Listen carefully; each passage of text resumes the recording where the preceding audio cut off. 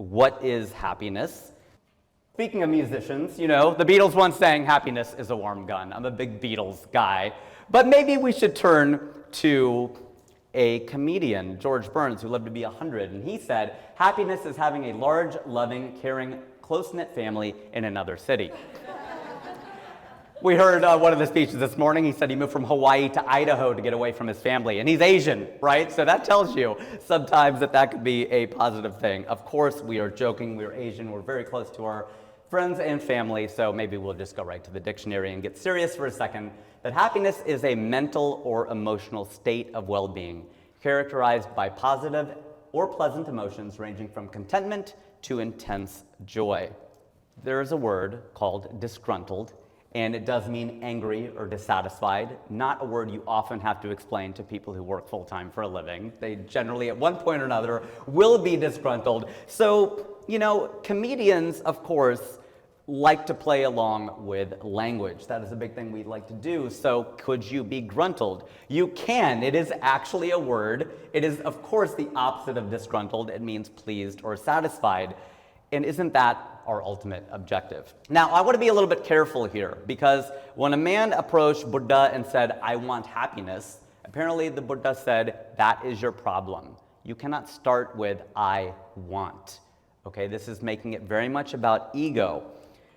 We're not really supposed to aim directly for happiness. It's a byproduct. But it is tough to argue that we all want to be happy. This is our family at Buckingham Palace in 1985. So there I am with my mom and my dad, my two twin brothers. And like a lot of people in our generation, Asian and otherwise, I spend a lot of time thinking, what am I supposed to do with my life? Right? We go through this a lot of the time. What am I supposed to do? What am I supposed to do?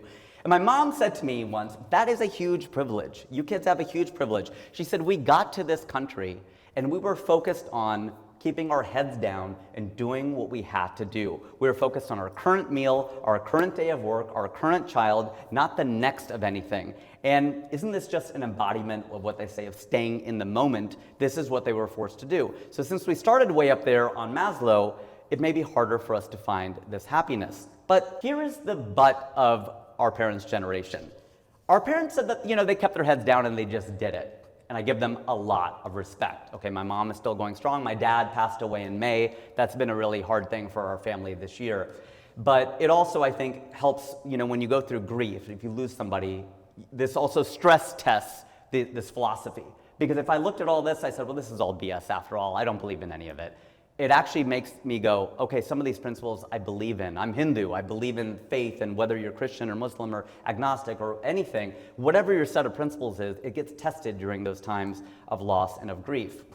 But the challenge for our parents' generation, with some exceptions, is they didn't do it. Their mental health wasn't always that good. They didn't address it. You've heard a lot about that in the last few days, of mental health, the saying we held it together. I don't know, sometimes that anger came out, that sadness came out, that disappointment came out. I don't know that they just did it and got all the way through it as healthily, if that's a word, as they could. Now add this to the fact, again, the water in which we're swimming, that your companies, all the companies here today and over the course of this week, you hire ambitious people. Right? We're here, we want more and bigger and faster and taller and stronger, and it never feels like it's enough. That actually leads me directly to the fourth tip, which is manage your energy. This is a big one. People forget this a lot because we're used to considering money and time as resources. I live in LA, I go to San Francisco a lot, and it's always this big conundrum. Do I drive or do I fly? And everybody does the math, they look at the gas prices, they look at how much the ticket costs, they look at the time, they look at the traffic, but they don't think about how they'll feel when they get there.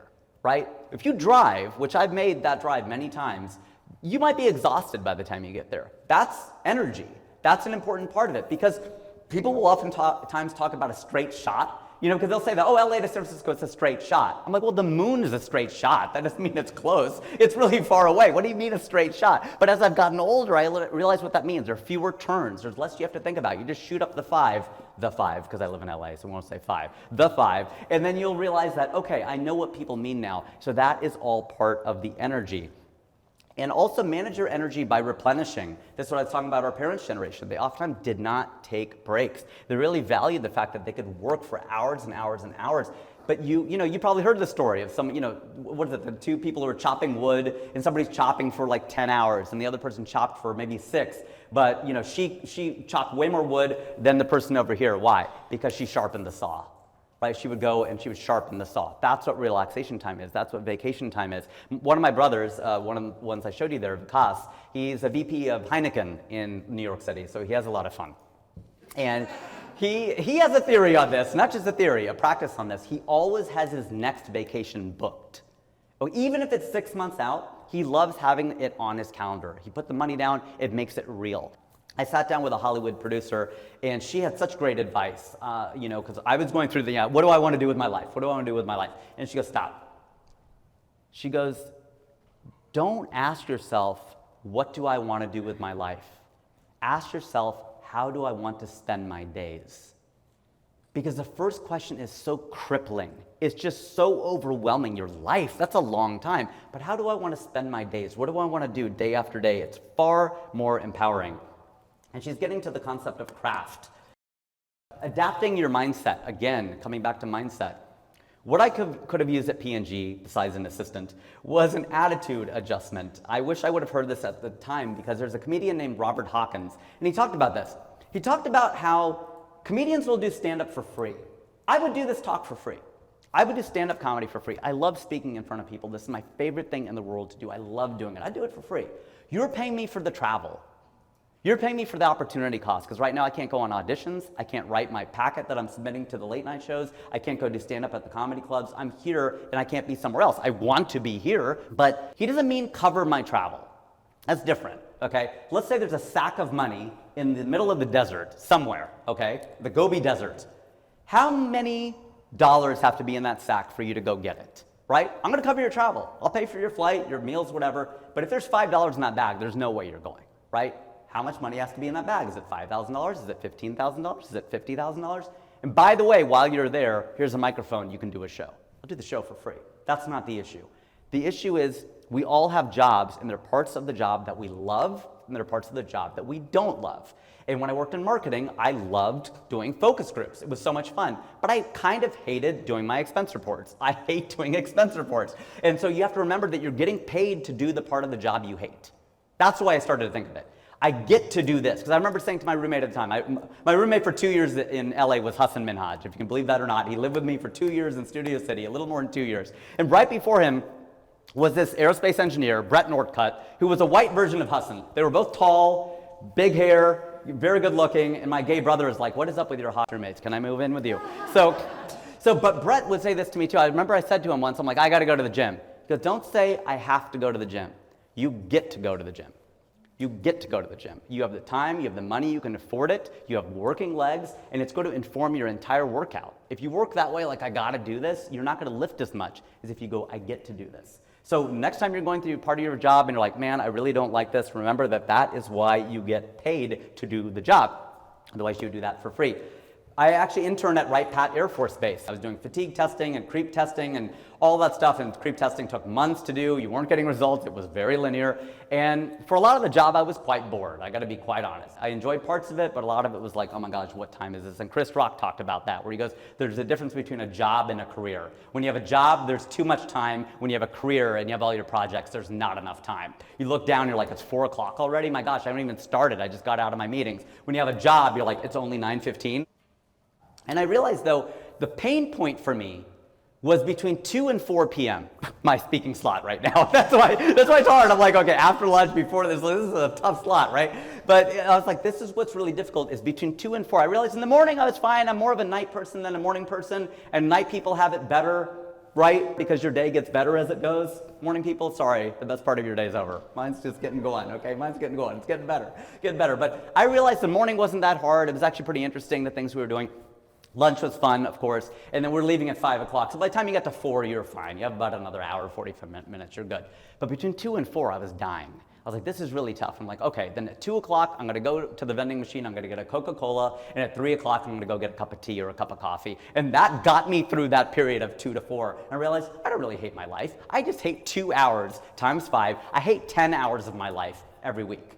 And that made me go, oh my God, I don't have it that bad. I thought that was really, really helpful. It put me in a much, much better state. Okay, I'm going through this thing this year where I'm drinking for only 12 nights of the entire year. It's pretty difficult between like 6 and 8 p.m., but if I get to a party and it turns 9 o'clock, I don't really need to drink anymore. I'm done. I'm fine. I'm good. So I realized that if I could just maybe think of the day in parts, instead of saying, oh my God, I'm having a terrible day. No, maybe you had a terrible morning, but the afternoon doesn't necessarily have to be so bad. Finally, on this piece, recall the law of averages. Things have a way of reverting to the mean.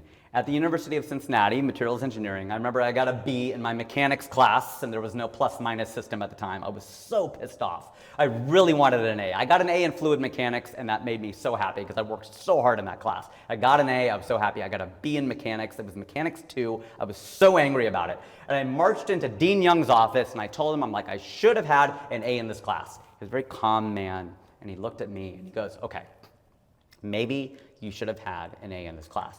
But admit to me right now, there are probably times when you got an A and you should have gotten a B.